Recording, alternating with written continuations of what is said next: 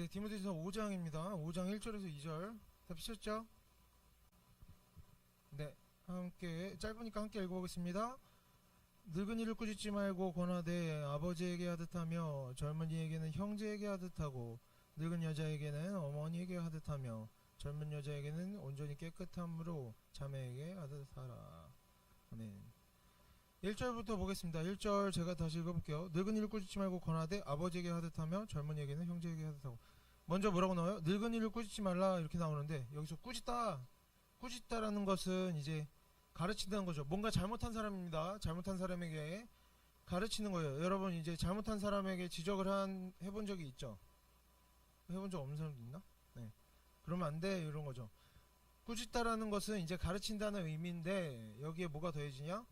그 가르치는 행위가 어떤 식으로든지 부정적인 형태로 이루어지는 것을 다 포함합니다. 예를 들면 뭐 이런 식으로 얘기할 수 있겠죠. 단어 여러 가지 있죠. 꾸짖다, 뭐 윽박지르다, 혼내다, 꾸중하다, 뭐 이런 식으로 번역할 수가 있겠고, 다음으로 뭐라고 나와요?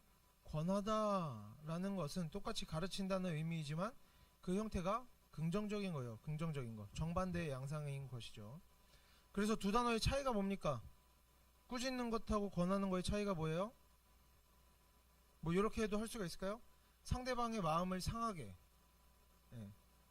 물론 그럴 만한 상황일 때는 또 그럴 때도 있겠지만, 예. 상대방의 마음을 상하게 하는지 아니면 좀 존중해 주는지 그런 차이가 있다고 봐도 되겠죠. 좀 간단히 분류를 하면. 예. 권하는데 어떻게 하라고 합니까? 아버지에게 하듯 하라. 신약시대 아버지에 대해서 제가 이야기를 했었죠. 집안에서 아버지의 권위가 어땠어요? 모든 것에 대한 모든 권한을 가지고 있는 게 아버지였습니다. 사람을 막 죽일 수도 있고 돈 받고 팔 수도 있고 뭐 물건이고 뭐고 다 소유권이 있었어요. 가장의 권위가 굉장히 강했고 가장의 권위가 법적으로 보장되었던 상황이어서 아버지에게 하듯이 권하라 라는 것은 뭡니까? 그냥 조금 착한 말로 해라 잘해라가 아니라 조심해서 해라라는 거죠. 조심해서. 누군가 잘못했어요. 여러분 어떻게 해야 돼요? 우리가? 누군가 잘못했어. 지적을 할 때 어떻게 해라? 조심해서 조심스러운 태도로 해라라는 겁니다. 그래서 이런 대표적인 예시로서 아버지에게 하듯 하라 이렇게 예시를 든 거고요. 네, 신약시대 가장의 권위에 대해서는 자세한 설명은 뭐 여러 번 이야기했으니까 넘어가고 다음에 또 할게요. 다음에 기억 못하는 사람들 있을 수 있으니까. 그러면 왜 오늘 본문에 이런 내용이 나와요? 늙은이를 꾸짖지 말라고 권하라. 왜 나와요? 이런 게? 앞에서 뭐가 나왔어요? 사도 바울은 디모데에게 사람들이 자신의 연소함을 업신여기지 못하도록 하라 말했습니다. 누군가가 어떤 사람들이 디모데의 나이가 어린 것을 가지고 그를 업신여긴 거예요. 그러면 그 사람들은 어떻겠어요? 디모데보다 나이가 당연히 많겠죠? 어렵지 않죠 여러분? 나이가 많으니까 나이가 어리다고 무시한 거겠죠? 이제 그런 사람들에 대해서 나이가 연소함을 업신여기도록 두지 말라. 권면해라라는 겁니다. 그런 행동을 하지 못하도록 고쳐줘라 라는 건데 권면을 해야 되는데 권면을 그러면 어떻게 해야 되냐라는 설명을 하는 거예요. 예, 그래서 5장 1절과 지금 2절에 늙은 여자 이렇게 나오는 겁니다. 헬라어 단어는 단어마다 성별이 붙어 있어요. 남성인지 여성인지 성별이 붙어 있는데 여러 번 설명했었죠. 지금 여기 본문에서 늙은이라고 나온 단어는 나이든 사람이라는 단어의 남성 형태고 늙은 여자라는 것은 똑같은 단어의 여성 형태입니다. 그러니까 늙은 남자, 늙은 여자 이렇게 하면 되겠죠. 나이든 남자, 나이든 여자 뭐 똑같습니다. 번역을 이렇게 한 거고. 뭐 우리말 뉘앙스는 조금 다르지만 뭐 헬라어로는 똑같습니다. 지금 에베소 교회의 상황을 전체적으로 보면 어때요? 나이 든 사람들이 디모데에게 잘못된 태도로 대하고 있어요. 어리다고 이제 목회자인데 이렇게 안 좋은 태도로 대하고 있어요. 그래서 디모데가 할 일이 뭐예요? 업신여기지 못하도록 해야 돼요. 권면을 해야 돼요. 그들이 그런 태도를 갖지 못하도록 고쳐줘야 되지만 그들이 뭔가 잘못된 일을 하고 있고 그래서 그것을 바로잡아야 한다고 해서 무례한 말로 무례한 태도로 공격적인 태도로 막 혼내고 공격하고 아무렇게나 해도 되는 것이 아니라 어떻게 해야 된다? 꾸짖으면 안 되고 권해야 된다. 잘못된 것은 가르치지만 잘못된 것을 바로잡고자 할 때에 존중하는 태도, 조심스러운 태도를 해야 된다. 사도 바울이 디모데에게 충고하고 있는 것입니다. 예, 이건 반대로 생각하면 어떻게 해야 되겠어요? 어떻게 해도 이해할 수 있어요? 조심스러운 태도로 해야 되지만 반드시 잘못한 것은 짚고 넘어가야 된다. 방치해서도 안 되고 무례해서도 안 된다는 겁니다. 우리가 두 가지는 항상 같이 가져가야 됩니다, 여러분. 예. 이상한 행동을 하고 이상한 것을 할 때 그냥 내버려 둔다고, 예, 그게 그리스도인들의 삶이 아니에요. 참는다고 다 잘하고 있는 게 아닙니다, 여러분. 하지만 무례하거나 공격적인 태도로 해서도 안 된다. 예. 여러분 대화를 많이 하시고요. 성경은 항상 양쪽을 균형 있게 다루고 있습니다. 아무도 우리는, 예, 그래서 우리는 인간적인 마음에 그리고 성경 지식에 대한 부족함 때문에 성경의 이런저런 가르침을 우리가 그 맥락 안에서 해석하지 못할 때가 있어요. 성경은 양쪽을 항상 다 밸런스를 맞춰서 설명을 하고 있는데 우리가 해석을 잘 못할 때가 있어요. 그래서 해석을 잘 못하면 어떻게 됩니까? 내 편한 대로 성경을 읽고 하나님 말씀대로 산다고 하면서 내 편한 대로 내 상황에 맞춰서 해석하고 적용하게 될 때가 있는 거죠. 성경 구절을 빌미 삼아서 어떻게 하는 겁니까? 내 하고 싶은 대로 하는 거예요. 저 사람 잘못했으니까 내가 막 말해도 돼 라는 거. 내가 피해자니까 뭐 원성 좀 높여도 되고 막 분노해도 되고 험한 말해도 괜찮아. 아니면 뭐예요? 반대로 내가 잘못했어도 내가 나이가 많으니까 윗사람이니까 좀 나 이런 거 막 해도 돼. 저 사람한테 업신 여겨도 돼.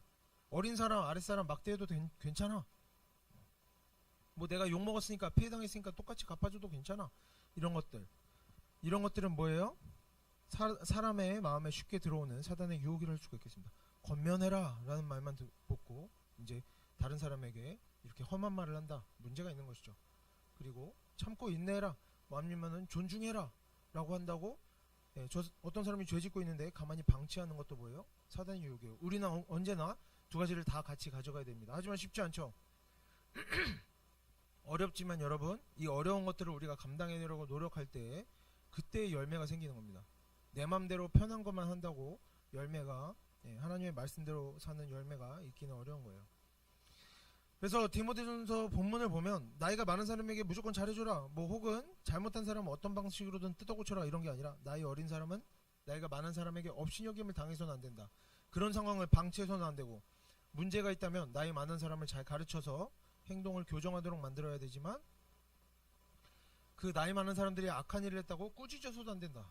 예, 뭐 반대도 마찬가지죠. 예. 나이 어린 사람에게 어떻게 해야 됩니까? 존중을 받아야 됩니다. 예. 하지만 나이가 어리다고 다른 사람을 업신여기는 일이 있어서도 안 된다는 겁니다. 여러분 중에도 그런 거 없죠? 뭐 20대 때부터 나이 어리다고 이렇게 다른 사람들 저기 하진 않죠? 벌써 있나? 예. 조심하세요. 이렇게 보고 있습니다. 아니에요. 예, 없기를 바라고요.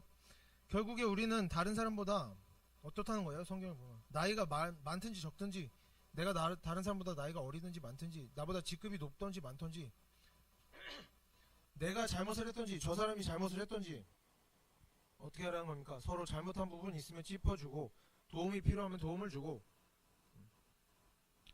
내가 부족하다고 상대방에게 좋지 못한 취급을 당할 때 그것을 가만히 내버려둬서도 안 되는 겁니다. 잘못된 부분이 있으면 가르쳐줘야 되는 거예요. 근데 가르칠 때의 태도는 어떻다?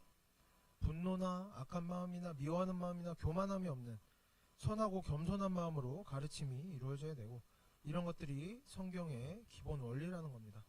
항상 같이 가져야 된다. 권면도 있어야 되고, 존중하는 태도도 있어야 되죠. 우리가 하나님의 말씀대로 살고 오늘 본문과 같은 내용들을 잘 이해하기 위해서는, 적용하기 위해서는 가장 먼저 우리가 뭘 생각해야 돼요? 이기심을 버려야겠죠. 어떤 사람에게 권면을 하든지 어린 사람을 대하든지 나이 많은 사람을 대하든지 이기심을 버려야 됩니다. 나에게 유리한 것들을, 오념이 뭐라 그랬어요?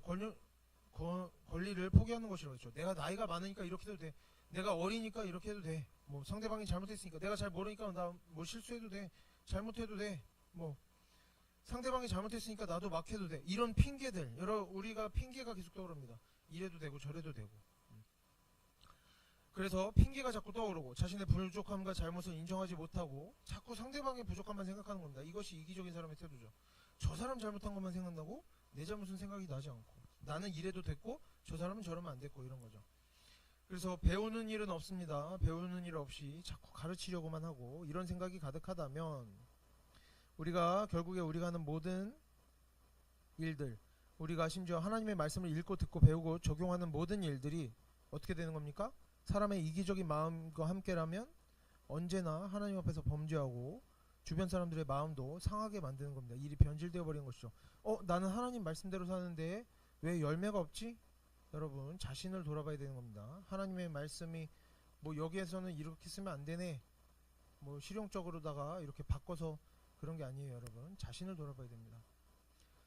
본문은 디모데가 나이 든 사람들을 대할 때 꾸짖지 말고 권하라, 좋게 가르쳐라 말하고 있지만 결국에 그래서 나이가 어린 사람을 대하든 많은 사람을 대하든 잘못한 사람이든 잘못이 적은 사람이든 누구를 대할 때에나 꾸짖는 그런 부정적인 어떤 말로써 권면이 이루어져서는 안 된다. 그래서 남의 잘못이 보입니다. 여러분, 남의 잘못이 잘 보이죠. 내 잘못보다 남의 잘못이 잘 보입니다. 남의 잘못을 바로잡고자 하기 전에 먼저 뭐 해야 됩니까? 우리 자신을 돌아봐야 되는 거죠. 나에겐 저런 모습이 없었나? 내가 잘못한 것은 없었나? 나에게 나에게 문제가 있진 않은가? 우리 자신이 올바른 신앙을 가지지 못하고 남의 잘못을 바로잡으려고 한다면 어떻게 됩니까? 결국에는 우리 자신이 오히려 그 사람보다 더 큰 죄를 짓게 되는 겁니다. 하나님 앞에서 더 큰 죄를 짓게 되고. 그래서 우리가 하나님 앞에서는 실수로라도, 심지어 내가 좋은 마음으로 한다? 그게 중요한 게 아니에요. 여러분, 실수로나 고의가 아니더라도 실수로나 혹은 좋은 마음에서 하는 일이라더라도 다른 사람 마음을 상하게 하고 나쁜 말을 하고 이런 일들이 없도록 하나님 앞에서 죄짓게 되는 일들에 대해서 우리가 두려워하는 마음을 가지고 살아가야 하는 것입니다. 그래야 우리가 고칠 수 있는 거예요. 여러분, 악한 습관을 고치려면 하나님 앞에서 죄짓는 것에 대한 두려워하는 마음이 있어야 된다. 이 정도 말실수는 누구나 할 수 있지, 그런 마음으로는 여러분 고칠 수가 없는 겁니다. 넘어가서 두 번째로, 사도 바울은 디모데에게 젊은이를 형제에게 하듯하라고 나옵니다. 여기서 젊은이라는 것은 헬라어로 보면 디모데보다 어린 사람들 말하는 것이 아니라 동년배의 사람들을 말합니다. 뭐 이렇게 이 단어도 남성이 붙어서 남자인데 이제 여자에 대한 이야기는 뒤에 나오죠. 동년배의 남자들을 대할 때는 그래서 어떻게 해라? 형제에게 하듯하라. 뭡니까? 늙은이를 권면할 때 아버지에게 하듯하라는 것과 똑같은 말이죠. 어떻게 저 사람 잘못한 거 뜯어 고칠까 하는 생각만 하고, 그래서 막 악한 말하고 이렇게 하는 것이 아니라 뭡니까? 상대방이 잘못했어도 마음을 헤아리고 사랑하는 마음으로, 존중하는 마음으로, 좋은 말로, 좋은 태도로 최대한 노력을 하면서 권면을 하는 겁니다. 물론 좋은 말로 이렇게 하는 것으로는 이제 열매가 나타나지 않는 경우들도 있어요. 근데 그런 거는 이제 좀 오늘 주제는 아니고, 일단 그럴 필요가 없는 상황에서도 악한 말로 내가 공격하고 싶어서 막 하게 될 때, 그럴 때를 말하는 거죠. 자제하라는 겁니다. 여러분, 우리가 악한 마음이 막 끌어오릅니다. 나쁜 일을 당하면. 근데 그럴 때는 잘 참고 우리가 좀 마음으로는 그렇지 않아도 좋은 말로 최대한 우리가 노력을 해보자라는 거죠. 이제 넘어가서 2절을 보도록 하겠습니다. 2절도 제가 읽겠습니다. 늙은 여자에게는 어머니에게 하듯하며 젊은 여자에게는 온전히 깨끗함으로 자매에게 하듯하라. 늙은 여자에게 어머니에게 하듯하라라고 나와요. 이 부분은 1절에 나온 교훈 그대로 나오는 거죠. 늙은이를 꾸짖지 말고 권하되 아비에게 하듯하라. 이 교훈을 성별만 여자로 바꿔서 한 것입니다. 이제 그대로 반복하기보다는 조금 축약해서 한 거죠. 꾸짖지 말고 권하라 하는 말이 요약이 됐는데 들어가 있다라고 보면 되겠습니다. 그리고 이제 두 번째가 좀 중요하다고 볼 수가 있는데, 젊은 여자에게는 온전히 깨끗함으로 자매에게 하듯하라. 이제 새롭게 깨끗함으로라는 단어가 나옵니다. 다른 때는 없었는데 여기만 나와요. 그래서 깨끗함이라는 게 뭐냐? 여기서 깨끗함이라는 것은 성적인 정결함, 정조의 의미를 가지고 있습니다. 지금 누구에게 말하는 거예요? 사도 바울이? 디모데, 남자, 젊은 남자에게 젊은 여자를 대할 때에는 깨끗함으로 하라. 정조의 의미를 가지고 있습니다. 그렇다고 해서 사도 바울이 디모데에게 이런 충고를 한다고 해서 디모데가 뭐 문란하게 살았느냐? 그런 건 아니에요. 당연히 아니죠. 실제로 그런 일을 하거나 문란한 생활을 하지 않았어도 뭐 문란한 일을 하지 않았고 문란한 성품이 있었다, 이렇게 보기 어렵습니다. 디모데를 칭찬하는 내용들이 너무나 많이 나왔죠. 앞에 그런 문제가 있었다면 애초에 디모데를 바울이 에베소 교회 목회자로 이렇게 세우지 않았을 겁니다.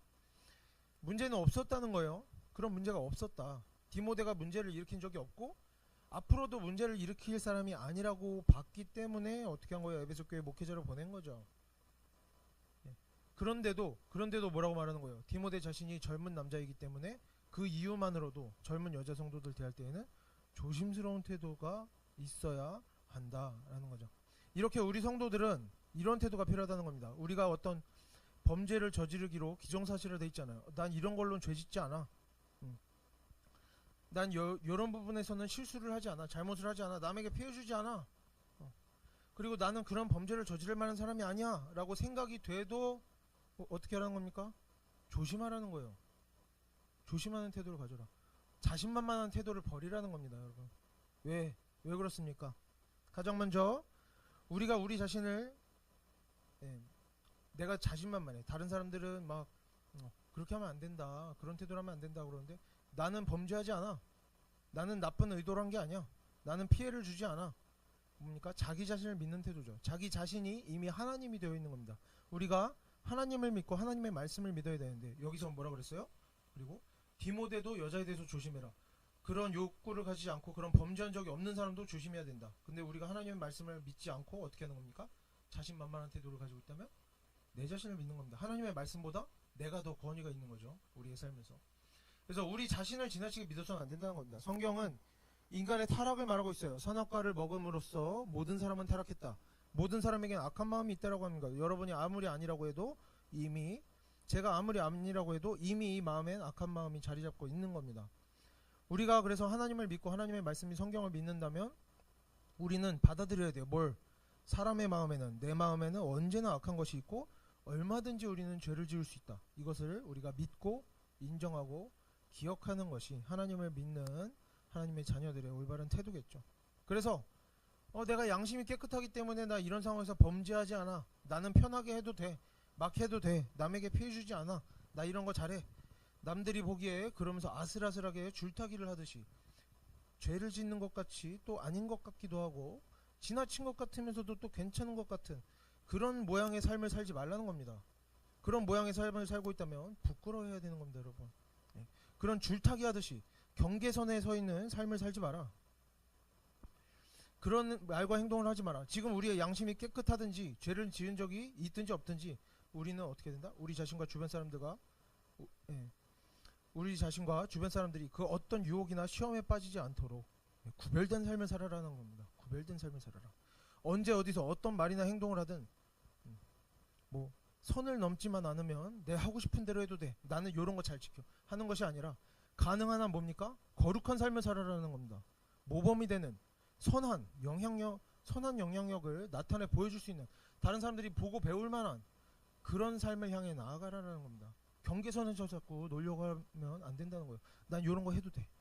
요런 거 나는 괜찮아. 이렇게 하는 삶을 버려라라는 겁니다. 여기서 벗어나라라는 거예요. 건전하고 선하고 질서 있는 모습으로 계속해서 나아가라. 그리고 우리는 처음부터 어떤 공동체 안에서 요런 것들을 알아야 됩니다. 처음부터 어떤 공동체 안에서 사람들이 다 바보 멍청이에다가 다 너무나 악한 마음을 가지고 있어서 그 안에서 다툼이 일어나는 것이 아니라는 것을 우리가 알아야 됩니다. 다 범죄자인 게 아니에요. 교회 안에서 다툼이 간혹 일어나는데 다 범죄자고 다 악하고 다 바보 멍청이어서 그런 일이 일어나는 게 아니라는 겁니다. 나는 다른 사람들하고 달라. 나는 깨끗해. 난 똑똑해. 난 선해. 내 평생에 저렇게 사는 일은 없다. 자만하는 마음을 가지지 말라는 겁니다. 왜? 저 사람도 다른 사람들도 처음엔 다 잘했던 겁니다. 그런데 어떤 상황이 복잡해지고 하면서 다투는 일이 생기고 이렇게 되는 것이죠. 성경에서는 뭐라고 나와요? 사람은 누구나 악하다. 누구나 죄인이다. 분명하게 말하고 있는 겁니다. 그래서 실제로 이런 일들이 생기는 겁니다. 교회 안에서 마음이 상하고 다투고 이런 일들이 생기는 거죠. 그래서 모든 사람이 바른 마음으로 살아가려고 애써도, 그리고 모든 사람이 하나님의 말씀을 잘 배우고 똑똑한 사람들이어도 사람은 누구나 악합니다. 그래서 넘어지고 실수할 때가 있는 것이죠. 그래서 교회 안에서도 다툼이 있고 그런 겁니다. 교회 안에서 모두가 선하게 살려고 애쓰며 살아가도 오해가 있고 다툼이 있고 마음 상하는 일이 있게 되는 거죠. 다른 사람이 바보라서 그런 게 아니에요, 여러분. 다른 사람이 악한 사람들이라서 그런 게 아닙니다. 그 사람들의 모습이 내 모습이구나. 우리가 이것을 깨달아야 되는 겁니다. 그래서 자신이 죄를 짓지 않음을 자신하는 사람은 스스로를 모르는 사람이고 하나님의 말씀을 알지 못하는 사람입니다. 그리고 자신을 돌아보지 않는 사람인 거죠. 그래서 우리가 언제나 우리 자신을 믿는 것이 아니라 하나님의 말씀을 믿자는 겁니다. 무슨 말씀? 사람은 타락했다. 사람의 마음에 악한 마음이 있다. 사람은 실수하고 죄를 짓는다. 이런 하나님의 말씀을 믿고 자신의 악함과 사람의 본성에 우리가 악함을 알고 언제나 뭡니까? 이 정도는 해도 돼가 아니라 가능한 한 죄에서 멀어지려는 노력을 끊임없이 하는 것이 하나님의 자녀로서 올바른 삶이라는 겁니다. 하지만 또한 또 이런 때가 있어요. 실제로 우리가 각자 어떤 부분에서는 욕심이 나지 않고 분명히 잘하고 있는 부분이 있는데 상대적으로 잘하는 거죠. 다 부족함이 있지만 상대적으로 잘한 부분이 있는데 그에 대해서는 또 이런 생각도 해봤으면 좋겠습니다.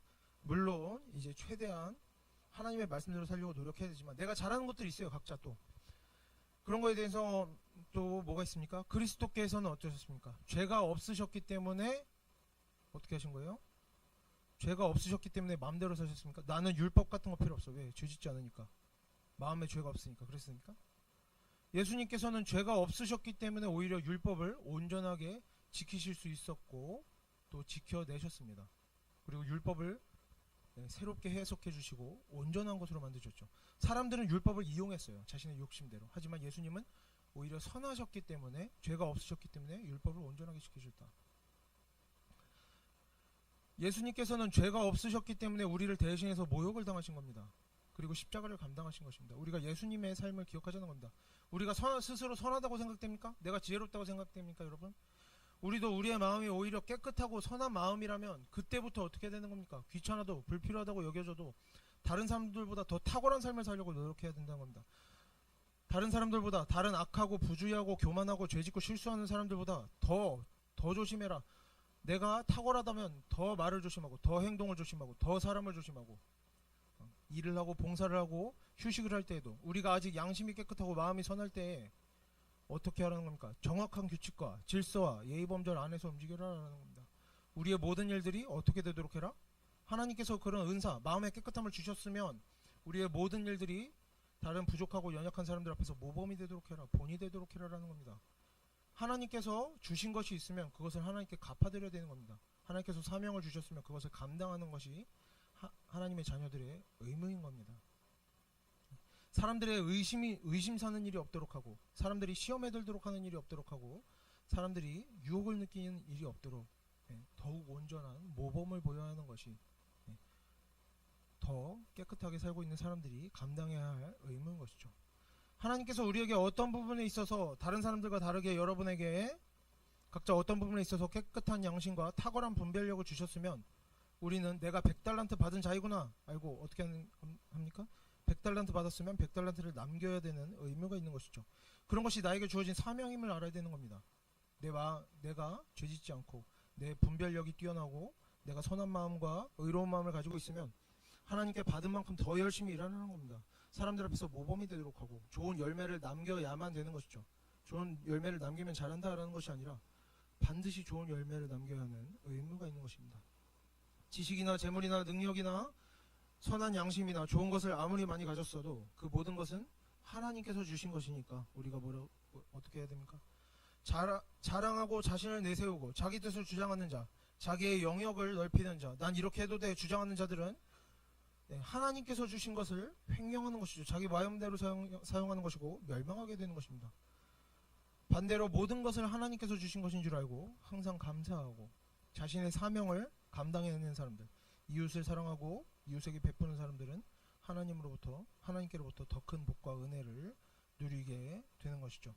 그래서 우리가 아무리 내 스스로는 괜찮더라도 다른 사람들이 보고 유혹을 느끼거나 마음에 시험에 들거나 불필요하게 불만이 생기거나 불편함을 느끼도록 하는 일이 없도록 모든 악한 것은 어떻게 해라? 모양이라도 그 흔적이라도 멀리하는 것이 성도로서 바람직한 태도를 할 수 있겠습니다. 데살로니가전서 5장 21절과 22절을 함께 읽어보겠습니다. 범사에 헤아려 좋은 것을 취하고 악은 어떤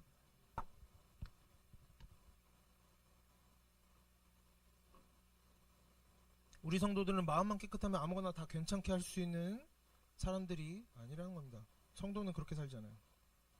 범사에 조금이라도 더 좋은 것을 취하려고 애쓰고 악은 그 모양이라도 버리기 위해서 헤아려라. 범사에 헤아리라. 뭡니까? 고민하라는 겁니다. 계속해서 우리는 고민하고 지혜를 짜내야 됩니다. 어떻게 하면 내가 더 좋은 모양으로 살아갈까? 내가 이미 죄짓지 않고 있는데 내가 더 어떻게 하면 더 좋은 모습으로, 어떻게 하면 더 많이 열매를 맺을까? 어떻게 하면 더 애써볼까? 어떻게 하면 더 많은 노력을 기울여볼까? 우리는 계속해서 고민해야 되는 겁니다. 잘 살고 있는 사람은 잘 살고 있는 만큼 더 고민해야 되는 겁니다. 왜? 그만큼 하나님께 은혜를 받았으면 열매를 남겨야 되기 때문이죠. 의무가 주어지는 겁니다. 긴박함을 가지고 살아가야 되는 거예요. 우리 성도들은 네. 디모데가 살던 때나 지금 우리가 사는 때나 다 마찬가지입니다. 이성 문제라던가 돈을 다루는 문제라던가 술, 담배, 음주 가무의 문제라던가 나는 술 취하지 않아. 술 마셔도 범죄하지 않아. 여러분 그런 마음이 있으면 어떻게 되는 겁니까? 그럼 한계치까지 술을 마셔야 됩니까 맨날? 그게 아니죠. 다른 사람들 앞에서 모범이 되는 삶을 살아가는 겁니다. 나는 담배 펴도 상대에게 술 마셔도 담배 펴도 상대에게 피해 주지 않아. 그렇게 사는 것이 그리스도인의 삶이 맞습니까, 여러분? 고민을 해보라는 겁니다. 그 외에도 우리의 모든 일상에서의 말이나 행동을 하는 데 있어서 나는 이렇게 이런 부분에서 실수하지 않아. 나는 이런 부분에서 문제가 없어. 범죄하지 않아. 나쁜 의도를 가지고 하지 않아. 다른 사람에게 피해를 주지 않아. 스스로 자신만만해하면서 남들이 보기에 오해의 여지가 있을 만한 상황들이나 모습들을 계속해서 반복하는 태도를 버리자라는 겁니다. 악한 것은 모양이라도 버려라. 실질적으로 악한 것이 아니더라도 껍데기라도 버려야 된다는 거죠. 물론 우리는 우리 자신이 다른 사람과 다르게 특정 죄로부터 완전히 자유하다고 느낄 때가 있습니다. 그렇기 때문에 어떤 말이나 행동을 자유롭게 하고 있을 수 있죠. 나는 술 마셔도 죄짓지 않아. 술 맘대로 먹고 그럴 수 있어요. 실제로 죄짓지 않고 있을 수 있고. 각자 자신의 성향에 따라서 어떤 죄지는 일에 대해서는 그것을 행한 적도 없고 유혹을 느낀 적도 없고 심지어 잘 지키고 있고 그럴 수 있습니다. 하지만 우리가 그런 부분에 대해서 자신이 떳떳하다고 해서 태도를 아무렇게나 하고 지나치게 자유롭게 방종하는 모습으로 살아간다면 우리의 지나치게 자유로운 모습을 보면서 어떻게 하는 겁니까? 다른 사람들은 욕심대로 범죄할 만한 용기를 얻을 수도 있고 이미 죄짓고 있으면서 우리와 자신을 비교하면서 다를 게 없다. 저렇게 해도 되네. 저렇게 살아도 되네. 할 수도 있습니다. 어떤 사람들은 또 시험해 둘 수도 있죠. 저 사람은 신앙이 좋다더니 왜 저렇게 하지? 그래서 실제로 우리가 생각이나 말이나 행동으로 범죄하지 않았을지라도 이웃을 생각하지 않는 그 부주의함. 그래서 다른 사람의 마음을 상하게 하고 실족하게 하고 실망하게 하고 근심 걱정하게 만들고 의심하게 만든다면 그것이 뭡니까? 사랑이 없는 태도이며 하나님께 사랑을 받았음에도 사랑을 베푸지 않는 태도이죠. 하나님께 은혜를 입었음에도 배려하지 않는 태도인 겁니다. 다른 사람의 영혼보다 자신의 편안함과 자유로움과 즐거움을 더욱 중요시하는 이기적인 마음인 것이죠. 그래서 자신이 다른 사람보다 더 마음이 깨끗하다 드러내고 자랑하고 높아지려는 교만한 마음인 것입니다. 그래서 이미 어떻다? 하나님 앞에서 범죄하고 있다. 우리가 이것을 이해해야 되는 것입니다. 내가 나쁜 마음으로 그런 행동을 하지 않아. 나쁜 마음으로 그런 말 하지 않아. 혹은 다른 사람들에게는 문제가 될 수 있는 말이나 행동이라도 나는 이미 뭘 잘해놔서 관계를 잘해놔서 이미지를 잘해놔서 일을 업무를 잘 봐놔서 이러한 분야의 전문가라서 탁월한 사람이라서 괜찮다. 모든 이런 식의 본인 태도들은 본인 스스로에게 올바른 일이 되고 사람들 앞에서 변명까지 할 수 있습니다. 하지만 이런 모습은 하나님의 말씀에 합한 태도가 아니고 하나님을 믿는 성도가 가져야 할 태도가 아닌 것입니다. 왜 그러겠습니까? 디모데도 어떻게 했다? 디모데에게도 뭐라고 합니까? 젊은 여자를 이렇게 깨끗하게 대하라. 깨끗한 성적인 정조를 가져라. 하나님의 말씀대로 사는 태도가 아닌 것이죠. 자신의 어떤 자유로움을 추구하는 것은 아무리 우리가 깨끗하고 좋은 마음이라도 악은 그 모양이라도 버려야 되고 이런 모든 합리화하는 일, 이유가 있어서 이래서 저래서 하는 모든 설명과 합리화하는 일들을 변명을 버려야 하는 것입니다. 물론 그럴 수 있어요. 이런 것이 어려울 수 있죠. 하나님의 말씀을 아직 잘 모르고 아직 경험이 많지 않은 사람들 많이 있습니다. 대부분은 그럴 거예요. 저도 아직 경험이 부족하고 지식이 부족해서 이럴 때가 있는데 괜찮은 것인 줄 알고 하다가 실수하고 있는 경우들도 있습니다. 그리고 일상에서의 자신이 이미 하고 있는데 사소한 어떤 악한 것들은 깨닫기가 어려운 면도 분명히 있습니다. 뭐 이런 거죠. 살인이나 강도, 사기, 도둑질 같은 심각한 것이 아니면 모두에게 분노를 살 만한 일들, 하자마자 안 좋은 결과가 나오는 그런 일들은 많지 않아요. 예를 들면 뭐니까 사소한 거짓말들 어떻습니까? 때론 들키지 않아. 거짓말해도 들키지 않아. 내가 원하는 열매를 취할 때도 있고 성경에서 자랑하지 말라고 하지만 자랑을 막 늘어놓아도 어때요? 비난받는 게 아니라 사람들 앞에서 주목받고 인정받을 때도 있어요. 대단한 사람인 것처럼 될 때도 있죠. 그러니까 우리가 실수하는 겁니다. 왜? 즐거운 뭔가 결과물들이 있을 때가 있으니까 사람들 대체로 그렇죠. 사람들이 자랑할 때가 있죠. 하지만 결국에 그런 악한 것들은 열매가 혼란스럽다는 겁니다. 결국에 어떻습니까? 뭔가 인정받고 싶어서 열심히 뭔가를 하고 하나님 앞에서 헌신된 삶을 사는 게 아니라 인정받고 싶어서 자랑할 때 그 열매가 혼란스러운 거죠. 잘못된 태도가 반복되다 보면 분명히 그런 것들 때문에 유익을 얻기도 하지만, 인정받기도 하지만 또 갈등도 생기고 사람들을 마음을 상하게 하고 불편하게 하고 문제가 생기고 좋지 않은 열매들도 같이 나타나는 겁니다.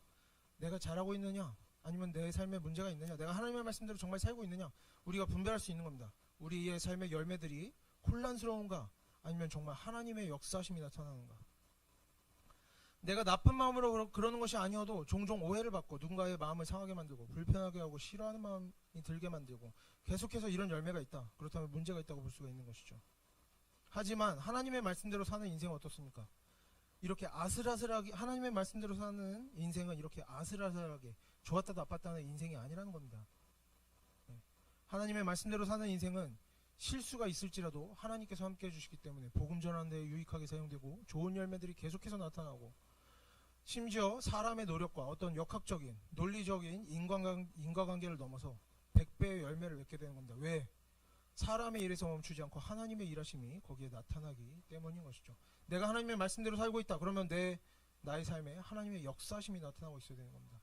하나님의 말씀대로 사는 인생에는 사단의 방해로 괴롭힘을 당하는 일은 있을지라도 계속해서 사람들과 다투고 내 자신이나 상대방이 분노하고 이런 일들은 없어야 하는 겁니다. 이런 일들이 계속해서 있다, 사람들과 다툰다, 문제가 있는 겁니다. 오히려 하나님의 말씀대로 사는 인생을 통해서 다른 사람들에게 모범이 되고 칭찬을 받고 우리 자신 때문에 주변 사람들의 변화되어지는 모습이 나타나야 하나님 말씀대로 살고 있는 것이죠. 나는 범죄하지 않고 잘 살고 있어? 여러분, 우리의 열매를 생각해 보라는 겁니다. 물론 믿음을 가지면서 처음부터 이렇게 살 수는 없어요. 하나님의 말씀대로 살면서 많은 열매를 처음부터 경험할 수는 없죠. 많은 실수가 있고 시행착오를 경험하면서 성경을 잘 듣고 배우면서 지식을 축적해 가고 경험이 충분해져야 열매가 나타나는 겁니다. 하지만 우리가 미숙할 때라도 올바른 마음을 가지고 올바른 신앙을 가지고 신앙생활을 하고 있다면 우리는 뭘 경험할 수 있어요? 계속해서 나아지는 모습을 경험할 수가 있는 겁니다. 내 말이 바뀌고 내 행동이 바뀌고 관계가 바뀌고 내 감정이 바뀌고 똑같은 일에 대해서 대응하는 모습이 바뀌어 나가는 것이 계속해서 열매로 나타나야 되는 겁니다. 하지만 우리가 일상에서 좋지 못한 모양의 태도를 가지고 살아가면서 그것을 바꾸려는 노력도 없이 하나님의 말씀대로 살려는 노력 없이 살아간다면, 어떤 헤아림 없이 고민 없이 살아간다면 우리의 신앙도 자라지 않고 우리의 일생에 하나님의 일하심도 나타나지 않겠죠. 하나님께서 맡기시는 사명을 감당하는 일도 없는 겁니다. 하나님의 말씀에 대한 깨달음도 없고. 어떤 인생입니까? 하나님을 믿지만 아무것도 없는 인생, 하나님의 자녀라고 하기엔 너무나 보잘것없는, 그저 믿음 잃어버리지 않고 교회 다니는 게 전부인 그런 신앙생활만 하는 일은 없었으면 좋겠다라는 겁니다. 그리고 반대로 또 이런 것도 주의를 해야겠죠. 속으로 악한 마음, 악한 생각을 가지고 무언가를 하면서 규칙대로 했어, 하나님 말씀에도 이런 게 나와, 그런 내용이 있어 라고 하면서 자신의 이기심과 욕심대로 하는 행동들을 합리화시키는, 성경 구절 가지고 어떤 규칙들을 가지고 합리화하는 일 또한 당연히 없도록 해야 할 것입니다. 규칙대로 했다고 괜찮은 게 아닌 거죠. 본문과 깊이 관련 있는 내용은 아니기 때문에 많이 다를 수는 없지만 성경 구절들은 모두 다 배경이 있고 맥락이 있습니다. 그 문자 그대로 했다고 잘한 게 아니에요, 여러분. 성경에서는 반복해서 사람이 성경을 억지로 해석하고 그것을 근거로 죄를 짓는다고 해서 그 책임이 성경 말씀에 있지 않다, 이런 내용들이 계속해서 나옵니다. 난 성경 말씀대로 했어, 근데 다른 사람들 마음 상하고 다퉜어. 그 책임이 성경 말씀에 있잖아요. 내가 아무리 말씀대로 살았다고 해도 그 책임은 어디에 있다? 언제나 사람의 악한 마음에 있다라고 성경에서 이야기하고 있습니다. 우리가 무언가를 좋은 마음으로 했든지 아니든지 우리는 얼마든지 사람들 앞에서 변명할 수 있습니다. 나 이래서 했어, 성경 구절에 나와서 했어, 좋은 마음으로 했어, 나는 문제 없었어, 변명할 수 있고 속일 수 있습니다. 하지만 우리가 사람을 속일 수 있어도 하나님을 속일 수 없다는 사실을 기억하고, 우리가 태도나 마음과 생각에서나 언제나 하나님 앞에서 어떻게 거룩한 삶, 정결한 모습으로 살아가려고 애쓰는 그런 성도들이 되어서 정말 하나님의 동행하심을 경험하는 인생이 되고 좋은 열매가 계속해서 나타나는 인생을 살아가고 하나님과 사람에게 칭찬받으며 하나님의 역사심이 나타나는 인생이 되기를 바랍니다. 그래서 우리가 처음에는 권면할 때 꾸짖지 말라는 내용을 봤었죠. 꾸짖지 말라. 우리가 다른 사람 될 때는 그 사람이 어리든지 악한든지 잘못을 했든지 그렇지 않든지 우리가 언제나 사람 대할 때에는 존중한 태도로 대하자. 권면을 할 때도 잘못을 지적할 때도 조심스러운 말로 하자. 모든 사람과 다 친하게 지내야 된다는 것은 아닙니다. 너무나 악한 사람이면 그럴 수 없어요. 성경에서도 그런 것을 요구하는 것이 아닙니다. 항상 잘해줘라 이런 게 아니라 상대가 불리한 위치라고 해서 악한 말로 악한 태도로 하지는 말라라는 겁니다. 잠깐 권면 한마디 하고 나는 저 사람 멀리 할 거야. 그래도 어떤 말로? 친절한 말로, 좋은 말로 하라는 겁니다. 태도가 잘못되어서는 안 된다는 거예요. 그런 식으로는 권면이 이루어지지 않죠. 그리고 또 오늘 본문을 통해서 우리는 악한 것은 모양이라도 버려라는 내용을 살펴봤습니다. 디모데가 문제가 있어서 젊은 여자에 대해서 조심해라 하는 것이 아니었어요. 우리도 어떻게 해요? 우리가 문제가 있어서 조심해야 되는 게 아닙니다. 내가 잘못이 없고 문제가 없어도 죄에 대해서 그 모양이라도 조심을 해라, 멀리 해라 라는 겁니다. 그래서 우리가 본문을 보면서 이렇게 우리가 다른 사람 항상 존중하고 우리가 하나님 앞에서 깨끗하게 살려고 노력하고 우리가 그래서 하나님의 말씀대로 살면서 또 열매가 있는 그런 인생 살아가게 되기를 바랍니다.